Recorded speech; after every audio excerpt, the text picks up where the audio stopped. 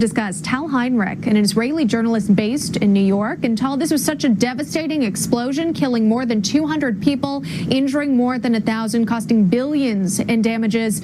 Is there any update as to what might have caused it?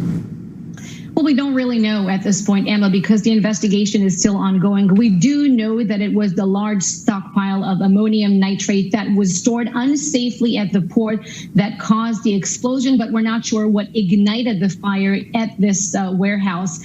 We have many unanswered questions as for these chemical materials. Why were they stored there in the first place for such a long period, almost 7 years, in an unsafe way?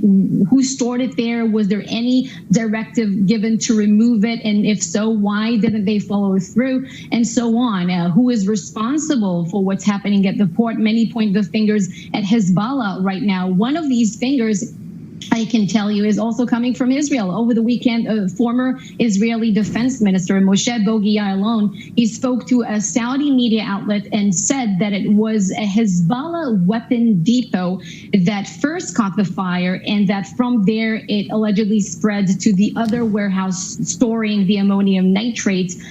Israel has said it in the past that Iran has been using the sport to transfer weapons to Hezbollah, and that it is a well-known method, a chemical used by Hezbollah in previous terror attacks or attempted terror attacks around the world, this material of ammonium nitrate. Now, Hassan Nasrallah, the leader of Hezbollah, he delivered a speech this Friday in which he denied these claims, and he said that Hezbollah knows the port of Haifa, which is a city in northern Israel, better than it knows the port of Beirut. But the question is, are we buying this? Likely not.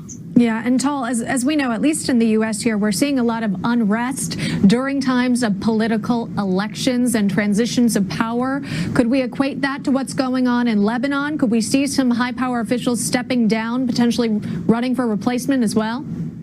Well, we are seeing it. And as you said, tens of thousands of people protested over the weekend. They stormed government buildings. They clashed with security forces. Some of them were also injured.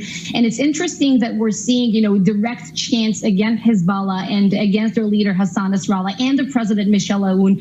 Some images from the demonstrations showed effigies of these people being hanged. And I saw one protester smashing the picture of the president. Now the Lebanese prime minister is very likely to declare early elections. Some 9 parliamentarians I've just read a few hours ago have already resigned, and 4 ministers. So they are likely to go to early elections, but it doesn't mean that it would bring much change because this government was just recently formed. And the protesters on the streets, they know this, Emma. That's why some of them are calling for a deeper, structural change in the system of government in Lebanon. But I have to remind you and the viewers that the very complex system there is a result of years of civil war that was meant to guarantee stability and peace. But so they have a catch in Lebanon right now. Yeah. If they collapse the system, then it might mean civil war. If they don't, well, you already see some sort of civil war unfolding in the streets. Yeah, clearly lots of political unrest over there, and yet you've got people who are just trying to rebuild their lives or find those who are still missing